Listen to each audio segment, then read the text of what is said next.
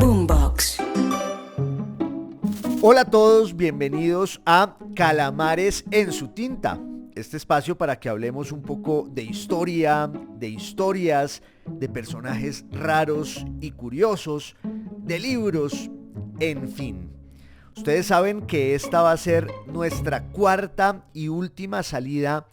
de esta especie de miniserie que fue surgiendo de manera espontánea e inopinada, que se me salió de las manos para hablar del Frente Nacional. La idea era dedicarle solo un capítulo, pero es un tema tan complejo y tan vasto que por supuesto teníamos que hablar de todos los antecedentes de eso que aquí llamamos la violencia con letras mayúsculas, que en realidad fue una guerra civil no declarada entre los dos partidos históricos que definieron la vida política colombiana durante mucho tiempo, el Partido Liberal y el Partido Conservador. En la década de los 30, de los 40 y de los 50 del siglo pasado, se va recrudeciendo ese conflicto entre esos dos partidos que llega a tales extremos de salvajismo y virulencia que por eso se da la dictadura militar de Gustavo Rojas Pinilla,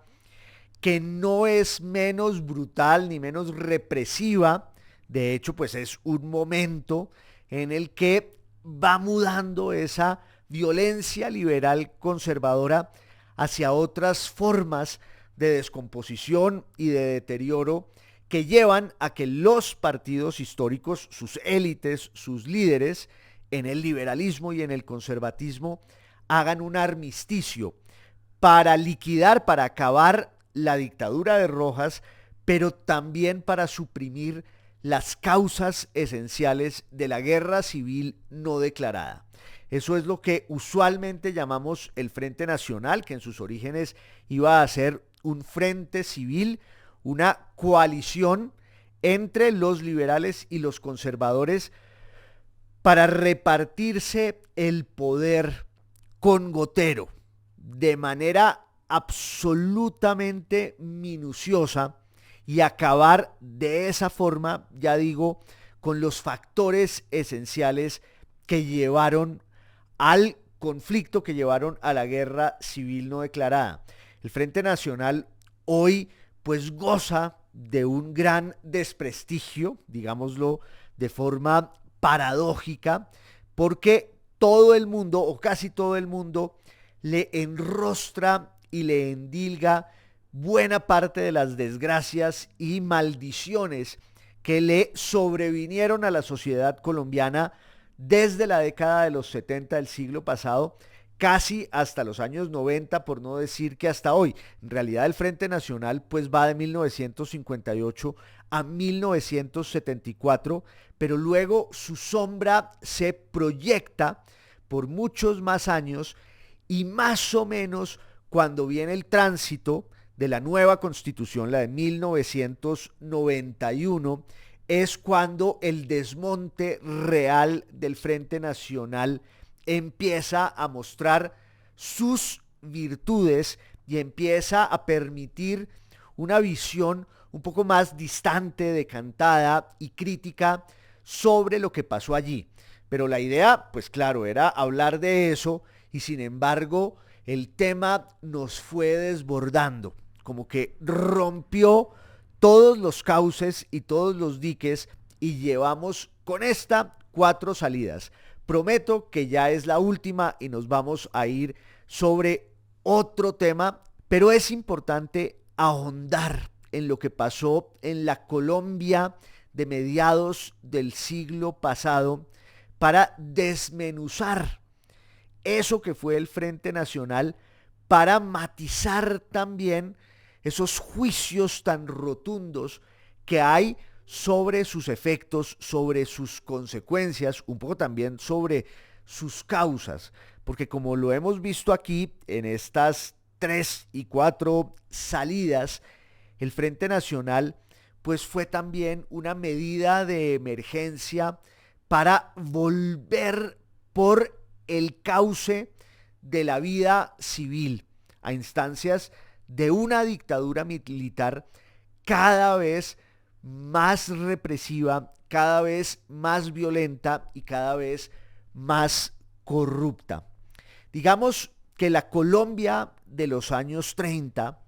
que es cuando empieza a desatarse el infierno de la violencia liberal conservadora, es por supuesto una sociedad que está haciendo un tránsito doloroso y traumático, pero sin duda necesario, hacia formas de la modernidad que aquí llegaron muy tarde, que aquí fueron una conquista cada vez más lejana y más lenta, porque había ámbitos de la vida social en los cuales pues no se habían dado todos esos logros que en otras partes sí constituían la integración de sectores marginados de la sociedad a un relato del progreso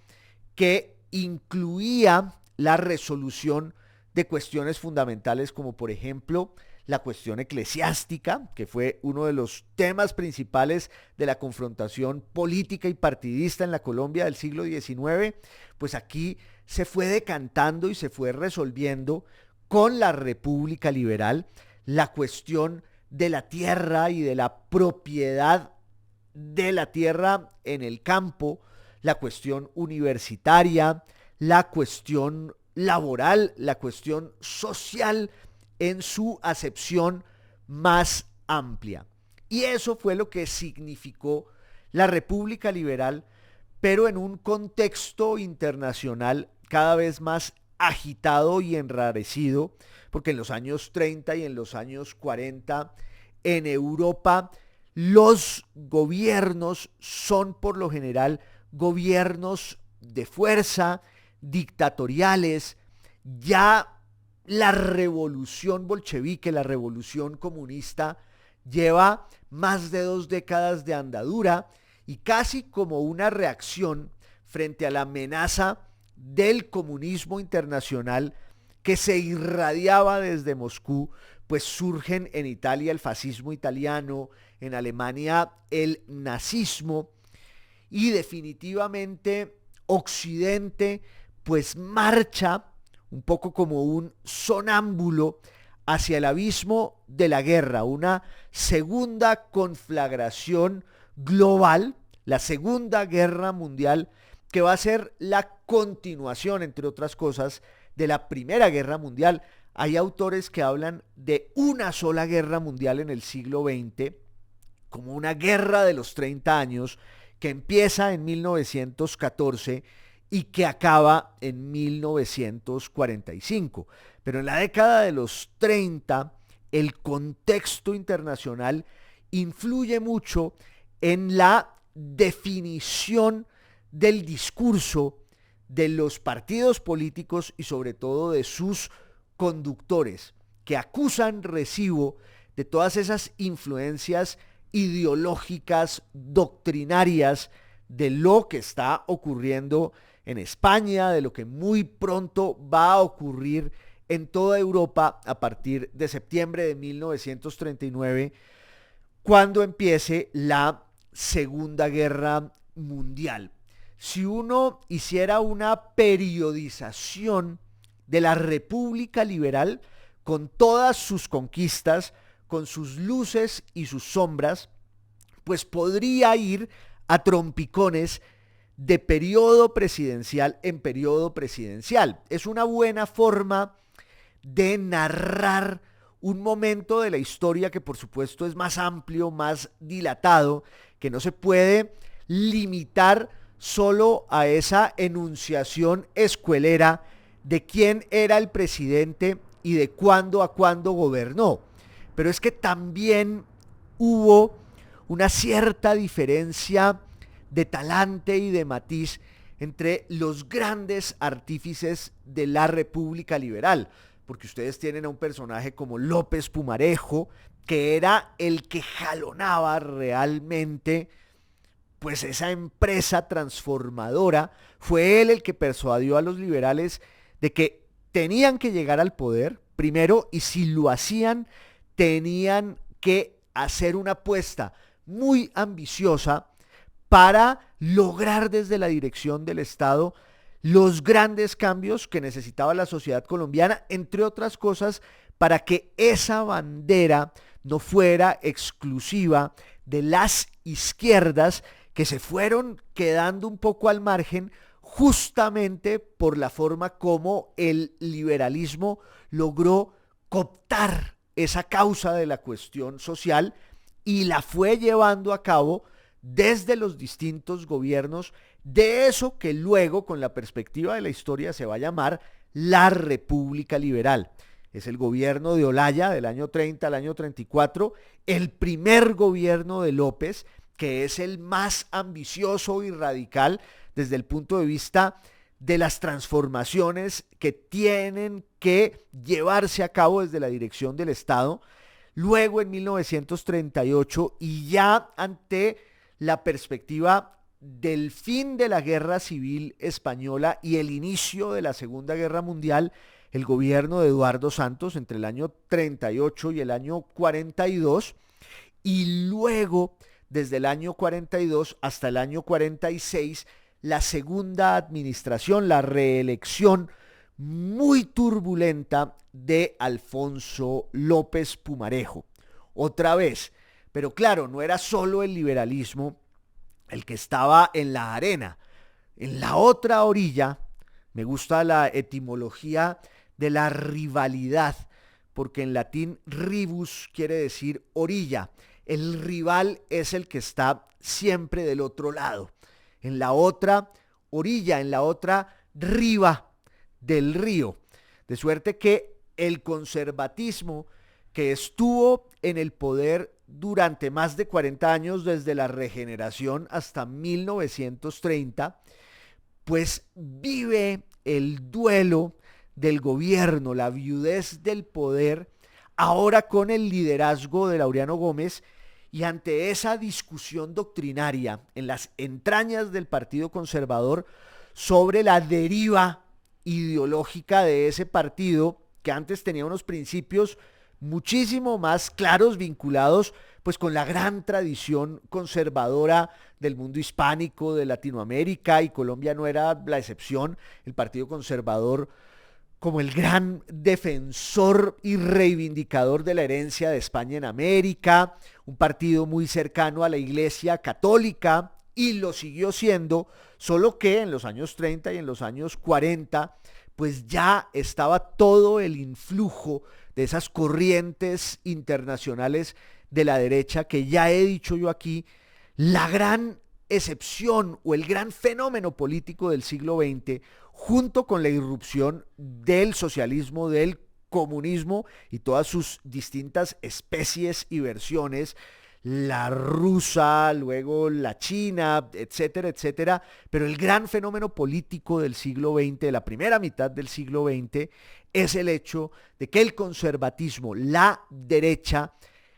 también sale a la calle y se vuelve un discurso revolucionario, de la mano del fascismo y de la mano del nazismo. Y los conservadores colombianos, muchos, pues estaban deslumbrados con esas ideas. Yo quiero insistir en que Laureano Gómez se opuso a esas ideas desde su viaje a Europa a finales de los años 20, y cuando regresa al país en los años 30 fue quizás el primer crítico en la lengua española tanto de Mussolini como de Hitler, y tenía que librar una batalla dentro del conservatismo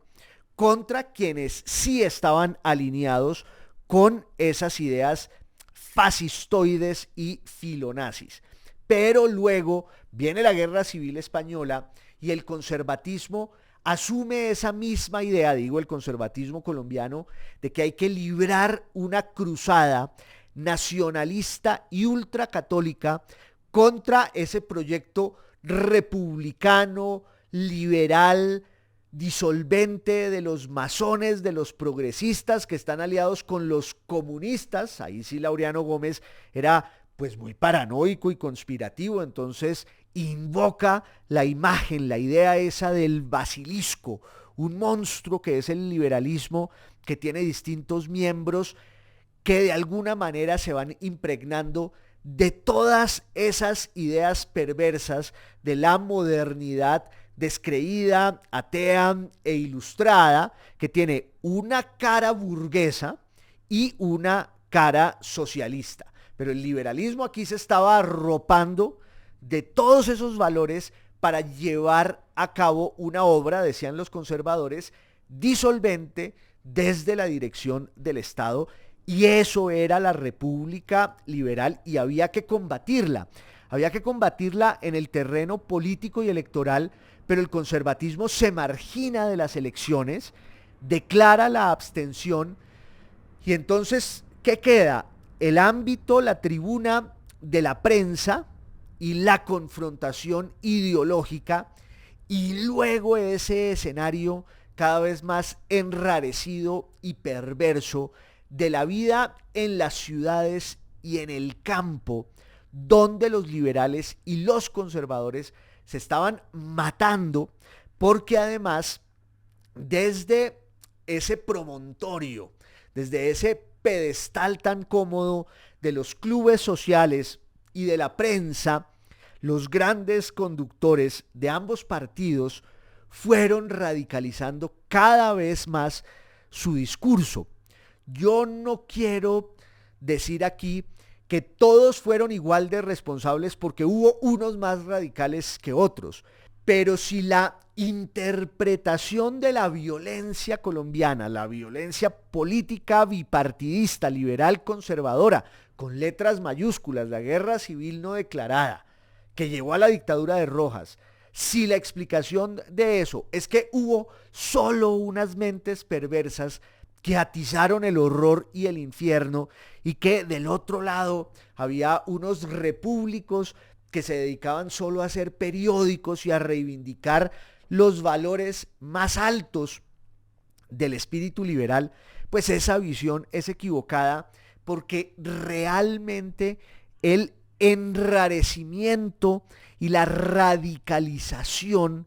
del discurso son un hecho inequívoco, innegable, inobjetable, que además se conecta con la vieja tradición colombiana del sectarismo que ya estaba en el siglo XIX y que ahora sí vuelve a ser atizada por quienes van regando gasolina con las palabras que van diciendo en ese contexto en el que los militantes de los partidos sienten que el uso de la violencia es un recurso lícito para hacerse valer en sus regiones. La guerra, la violencia como una de las formas de la política. Y entonces el panorama se fue enturbiando cada vez más. Por eso un personaje como Gaitán señalaba la condición oligárquica de ambos partidos que estaban en manos de unos dirigentes que pertenecían a los mismos clubes sociales, que leían los mismos libros, que más o menos se comportaban igual y que a puerta cerrada y a manteles vivían con cierta indolencia la tragedia de sus militantes que en los territorios más alejados de Colombia se estaban matando por cuenta de esas dos banderas, la bandera roja y la bandera azul. Era el sectarismo y el enceguecimiento fanático en su versión más aterradora. Incluso el segundo gobierno de Alfonso López Pumarejo pues no pudo llegar a buen término porque ya desde las elecciones en las que López gana había tal violencia en la oposición conservadora que en un momento dado en el Congreso Laureano Gómez dice que si López Pumarejo es reelegido a la presidencia, va a ser una declaración de guerra contra el pueblo conservador, al cual Laureano Gómez llama para que esté en pie de lucha contra esa afrenta, que tenía esa dimensión filosófica, ideológica, doctrinaria del triunfo, ya digo, de ese liberalismo internacional, masónico, ateo y disolvente, que también le estaba abriendo la puerta al comunismo. Pero en términos reales, pues era una disputa por el poder, por la burocracia y por una visión del mundo y de la sociedad que no admitía matices, que era binaria y maniquea, porque los unos y los otros estaban instalados en una noción absoluta de lo que debía ser el curso de la sociedad, y eso implicaba también la negación. Esto va a sonar muy pesado y muy feo, pero de pronto es la expresión que cabe, la negación ontológica del contrario. El contrario no es uno que piensa distinto y que milita en un partido diferente, sino que el contrario, por el solo hecho de serlo, es perverso porque está instalado en unas ideas y en unas creencias que son equivocadas y que no se pueden permitir en la sociedad. Y entonces el segundo gobierno de López pues va a estar atravesado por una serie de confrontaciones cada vez más radicales que desembocan hasta en un intento de un golpe de Estado al presidente de la República, que fue retenido por unos militares en Pasto. El ministro de Gobierno, Alberto Lleras, desde la Radio Nacional, logró sortear la situación. Laureano Gómez fue encarcelado, luego se tuvo que ir al exilio en Ecuador. El periódico El Siglo circulaba bajo el signo de la censura, que además pues no deja de ser muy interesante pensar en esa gran paradoja, y es que los gobiernos de la República Liberal también ejercieron la censura, como lo habían hecho los gobiernos de la hegemonía conservadora antes. Y vienen las elecciones del año 46, en las que además hay una grieta al interior del propio liberalismo, porque por un lado está la prédica de Gaitán, que tiene esos rasgos inspirados un poco en la acción directa y en el discurso de Mussolini, en el fascismo italiano, y ese contacto directo entre el caudillo y su pueblo, porque el caudillo es el intérprete místico y esclarecido de las necesidades del pueblo, al que ese caudillo representa sin la mediación oligárquica de esos partidos que son igual de nocivos, igual de tóxicos, igual de perversos. Y del otro lado del liberalismo pues había una visión mucho más institucional, republicana, encarnada en ese momento además en un gran personaje del liberalismo, que era Gabriel Turbay, que tenía ancestros libaneses dentro de esa inmigración sirio-libanesa de finales del siglo XIX a Colombia, a los que aquí llamaban los turcos, porque claro, todos venían con un pasaporte del Imperio Otomano, del Imperio Osmanlí, y había una actitud de repudio xenófoba y chauvinista de la sociedad colombiana hacia muchas comunidades inmigrantes. Los judíos, que sufrieron los estragos del antisemitismo colombiano, que tenía también dos versiones. Una versión católica, que era la que encarnaba a un personaje, por ejemplo, como Laureano Gómez, que sí profesó muchas ideas contra los judíos, pero era un antisemitismo contra los judíos de inspiración ultracatólica, por esa idea de que los judíos eran el pueblo deicida, el pueblo que había matado a Jesús, que había matado y había repudiado al Dios verdadero. Baste recordar el feroz artículo que escribió Laureano Gómez contra Stefan Zweig, uno de los autores más célebres y más vendidos de aquel tiempo, que ahora ha resurgido, uno de los más sensibles y brillantes prosistas de todos los tiempos, que hacía novelas, que hacía biografías literarias, que hacía reflexiones históricas con una belleza y una aproximación poética que lo volvieron el autor más conocido, más vendido de aquellos días. Y Laureano Gómez, cuando Stefan Zweig se suicida en Brasil, escribe un obituario atroz en el que destila un poco todos esos prejuicios conservadores contra los judíos. Pero ojo, también los liberales, la élite y la oligarquía liberales, eran profundamente xenófobas y también atizaron el antisemitismo, pero ya con una perspectiva racial, de desprecio por los inmigrantes judíos, a los que en muchos casos llamaban los polacos, porque claro, venían de la Europa del Este, y las leyes raciales que hubo, por ejemplo, en el gobierno de Eduardo Santos, con su canciller Luis López de Mesa, son de verdad un escándalo. Pero ese chauvinismo no era solo contra los judíos. Al pobre Gabriel Turbay le tocó soportar el repudio de las masas que le gritaban turco no, turco no. Y era una idea que también se atizaba desde el gaitanismo, porque estaba muy claro que el Partido Liberal en las elecciones del 46 se iba a dividir entre la opción de Gabriel Turbay y la opción de Gaitán. Y así ocurrió, hubo ese divorcio de las aguas que además Laureano Gómez atizó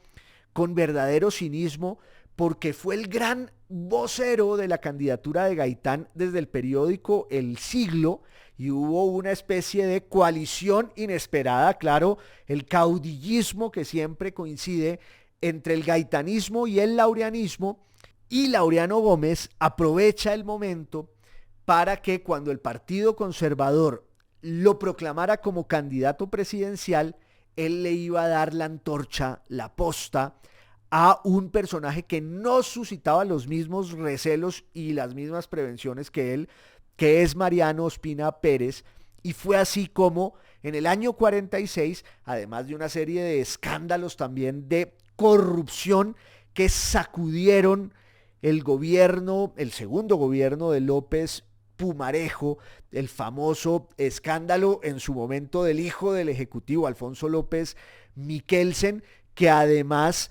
pues era la evocación de lo que había pasado también en la regeneración con muchos de los hijos de los presidentes conservadores. Es una vieja tradición muy complicada, la de las familias presidenciales y pues su relación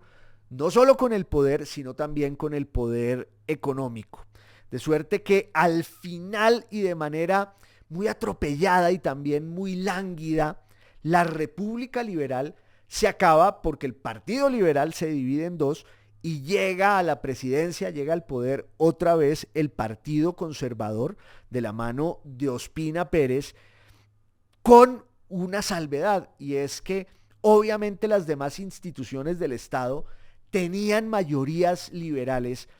porque ese era el efecto de la política de abstención que durante muchos años profesaron los conservadores. Pero realmente la situación de orden público pues era cada vez más violenta, sangrienta y catastrófica. Y había una duplicación de la policía y del ejército con unas fuerzas medio paramilitares del gobierno que perseguía a los liberales y también de los liberales que se defendían. Ahora,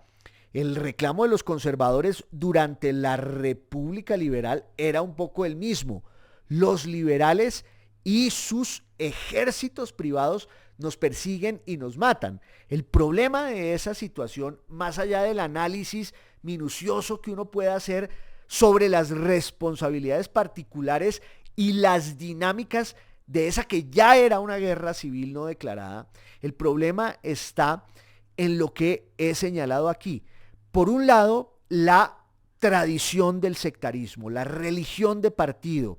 el envilecimiento y la anulación moral del contrario. Pero por el otro lado, la idea de que la violencia es un recurso lícito a la hora de tramitar las grandes cuestiones de la política, que tienen un escenario que es el Congreso, tienen otro escenario que es la prensa,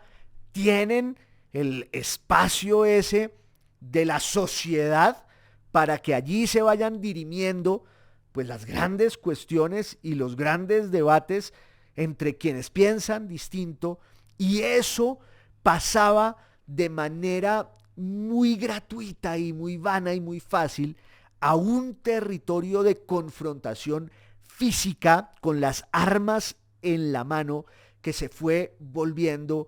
cada vez peor, más degradada, con otro ingrediente adicional que hay que señalar en la violencia en Colombia, siempre digo la violencia con letras mayúsculas, que es el del trago, el del licor. Este era un país de borrachos armados hasta los dientes que invocaban los vivas al Partido Liberal o al Partido Conservador para izar esas banderas, enarbolarlas y también usarlas como un pretexto para matarse, con los directorios atizando el fervor de forma cada vez más irresponsable, y también con otras instituciones que no eran menos vehementes en esa definición de las fronteras entre la sociedad, que eran fronteras de clase, pero que también se fueron volviendo fronteras morales. Y ahí hablo, por ejemplo, de la iglesia. La idea de que militar en un partido a uno lo volvía bueno, moralmente aceptable, y militar en otro pues lo volvía un ser repudiable. Y esa visión circulaba un poco de lado y lado hasta que llegamos a la década de los 40, el gobierno conservador de Ospina, dentro del cual ocurre el gran cataclismo, que ese sí es el partidor de las aguas en esta historia, que es el magnicidio, el asesinato de Jorge Eliezer Gaitán, el 9 de abril de 1948, que fue la destrucción de Bogotá cuando las masas salen a vengar la muerte de su caudillo y cuando todo estalla en mil pedazos, pero no solo en Bogotá, sino en toda Colombia. Fue como un incendio que se iba extendiendo, un incendio regado en pasto seco, porque allí donde llegaba la noticia del asesinato de Gaitán, sus seguidores salían a reivindicar la memoria de su líder, y fue una situación pues de descomposición absoluta, muy narrada en la literatura. Ahí están, por ejemplo, las memorias de García Márquez, los observadores extranjeros, porque además en esos días en Colombia se estaba celebrando la Conferencia Panamericana, y muchos representantes diplomáticos y periodísticos del extranjero asistieron a semejante cataclismo. Aquí estaba, entre otras cosas, Fidel Castro, que había venido a una reunión de estudiantes que ocurría paralela a la Conferencia Panamericana, entre otras Fidel Castro, traído con la plata del peronismo que estaba en la agenda de Gaitán ese viernes, en el cual en una esquina del centro de Bogotá fue asesinado ese que era, ya digo, el caudillo popular más importante de Colombia, con sus luces y sus sombras, porque ya he señalado aquí pues también esa influencia del fascismo italiano que anidaba en Gaitán y en su actitud, no solo en su discurso, sino en su forma de concebir la política. Pero eso, de alguna manera, se acaba cuando se da el magnicidio de Gaitán, y obviamente lo que queda es una confrontación cada vez peor entre el liberalismo y el conservatismo, hasta que vengan las elecciones de 1949, en las que era evidente que algo muy grave iba a pasar, también como en el cuento de García Márquez, porque el conservatismo estaba en minoría en el Congreso, hubo un intento por adelantar las elecciones, un intento parlamentario que acabó nada menos y nada más que en una balacera en la Cámara de Representantes en septiembre de 1949, y las mayorías liberales amenazaron con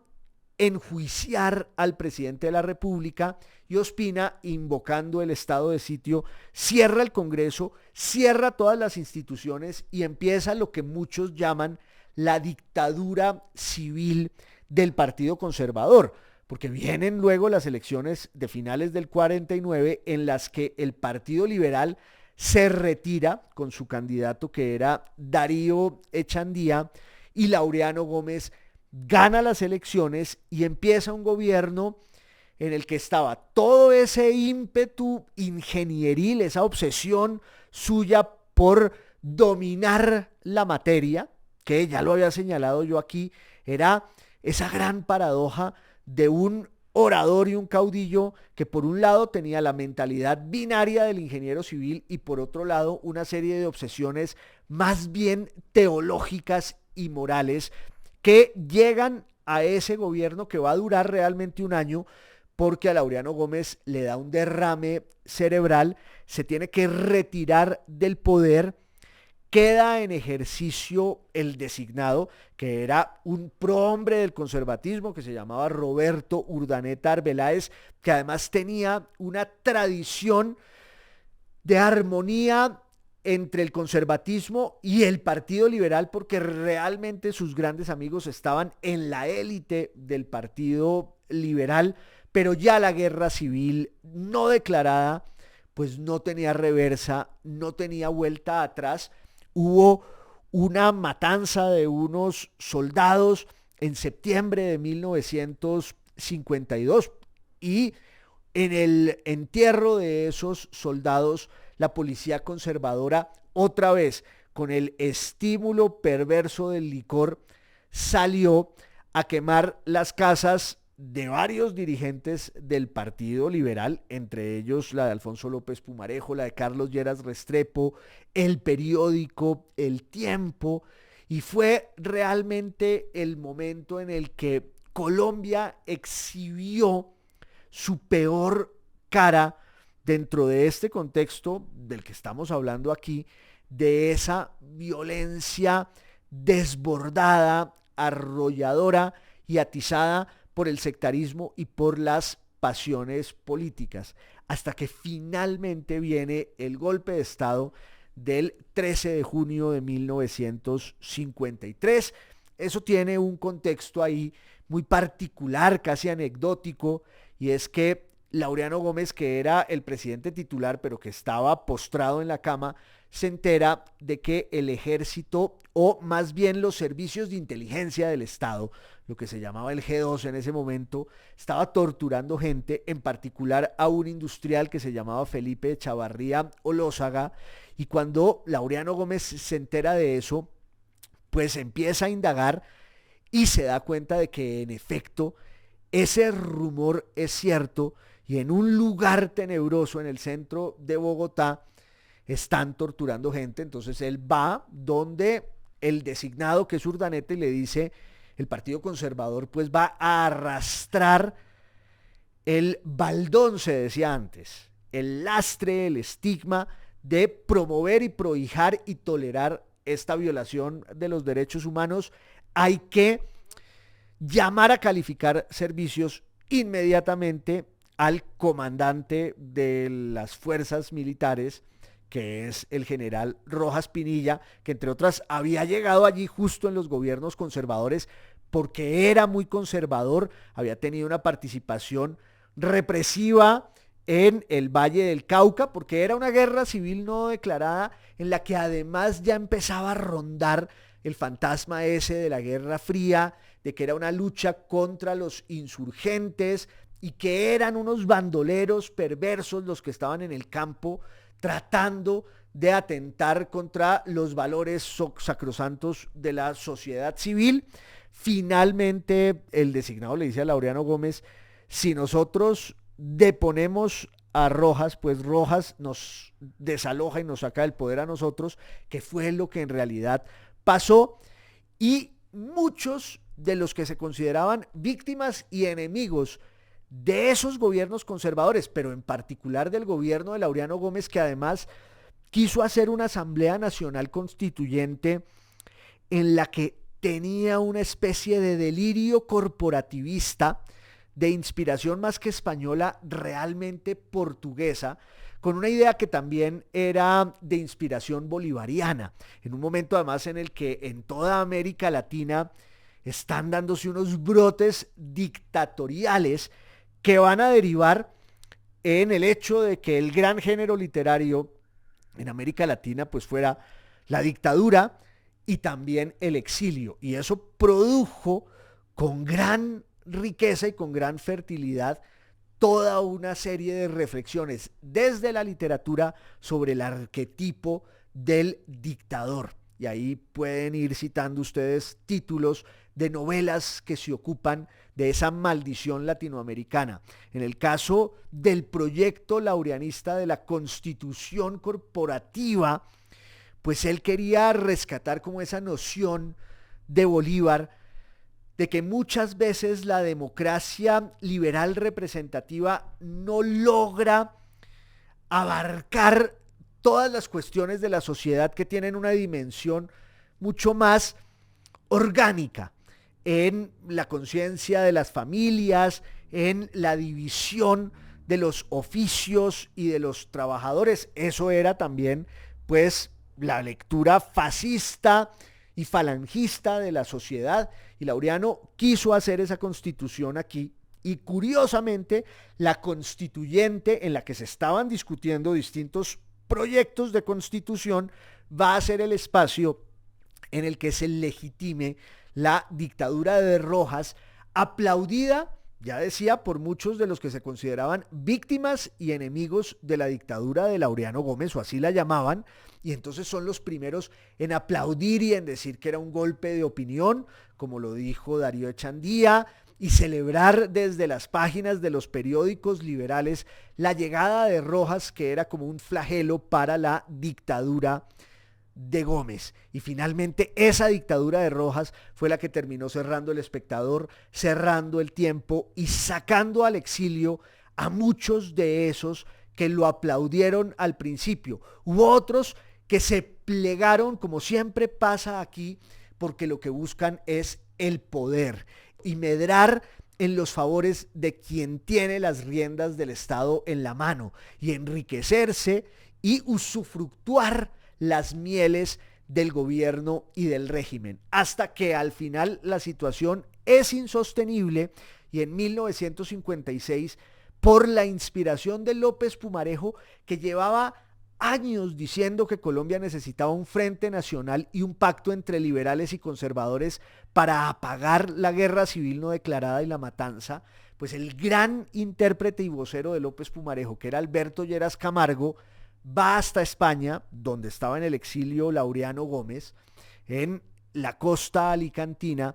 y ahí hacen un pacto para restablecer un poco la estructura de la vida civil en Colombia y acabar con la dictadura, pero eso necesitaba una premisa, y es que los liberales y los conservadores se mataban por la burocracia y por ver quién tenía los puestos públicos de los que dependía la vida de mucha gente. Entonces se establece la idea esa de la paridad. Vamos a repartirnos con gotero el gobierno, el poder, para acabar una de las causas esenciales de la violencia liberal conservadora, que es la burocrática. Y luego viene, que se irá pensando con el tiempo, la idea esa de la alternación, de que vamos a turnarnos en el poder. Eso tenía un ejemplo, un modelo que yo siempre he creído que inspiró a Laureano Gómez y a Alberto Lleras, que es el llamado turnismo,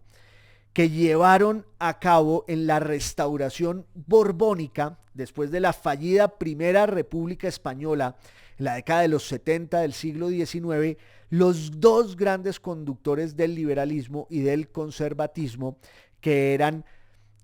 Cánovas y Mateo Sagasta. Uno conservador, otro liberal, y cuando se acaba la Primera República Española, porque había habido esa monarquía absurda y ridícula de Amadeo de Saboya,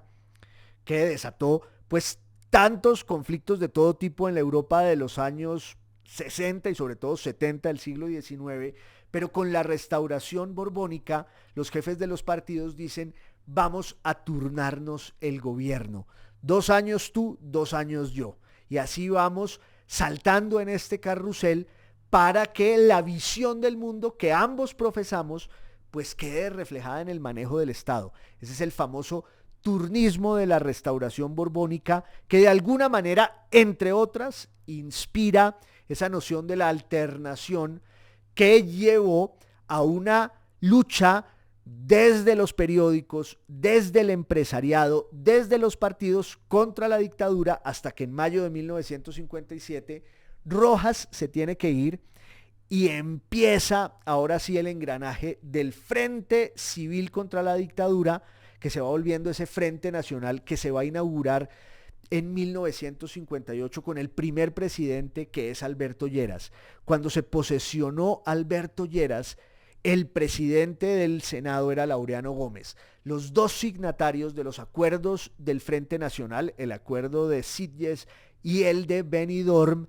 están allí oficiando ese ritual reparador y, sobre todo, lo más importante, un acto de contrición. Yo creo que no hay un documento de más valor en la historia política colombiana del siglo XX que los discursos que el 7 de agosto de 1958 pronuncian Laureano Gómez para posesionar a Alberto Lleras como presidente de la República y Alberto Lleras para tomar posesión de ese cargo, porque en ambos discursos Laureano Gómez y Lleras reconocen la culpa y la responsabilidad que tuvieron ambos partidos y sobre todo su clase dirigente en la destrucción de la República. Como dice Alberto Lleras, descendimos a unos niveles de salvajismo y de barbarie que ofendieron los principios elementales de la civilización cristiana. Y claro, viene el Frente Nacional, que no es solo una componenda de repartición paritaria del poder, porque hubo unas discusiones de fondo en torno a la reforma agraria, en torno a una cantidad de cuestiones esenciales que fueron deslindando, delimitando unas fronteras entre los partidos con unos debates políticos muy intensos. Pero claro, ahí ya se estaba dando el tránsito de la violencia liberal conservadora a unas formas de la violencia revolucionaria que reciclaron, por ejemplo, el fermento que había de muchos ejércitos de autodefensas campesinas liberales que fueron haciendo el tránsito hacia el marxismo-leninismo en un contexto internacional muy distinto, que es el de la Guerra Fría, que es el de la irrupción de la Revolución Cubana, y también esta idea que ya empiezan a atizar los enemigos del Frente Nacional desde sus orígenes, de que era un esquema elitista, excluyente, y que estaba de alguna manera larvando formas de la violencia política que a la postre iban a resultar muchísimo peores. Y esa es la crítica que siempre se le hace al Frente Nacional, con el epílogo terrible de los años 70 y la aparición del narcotráfico. Pero también hay que decir que el Frente Nacional logró el propósito que se propusieron sus artífices, que era acabar con la guerra civil no declarada entre el liberalismo y el conservatismo, apagar la furia del sectarismo bipartidista, que por desgracia está volviendo, con el fanatismo enceguecido al que Colombia está volviendo a caer después de que se había curado de semejante maldición. Pero eso quedará ya para otra salida algún día, porque nos vamos a otros temas en esto que es Calamares en su tinta, que ustedes saben que es podcast, video podcast y es radio. Un abrazo a todos, muchas gracias. Boombox.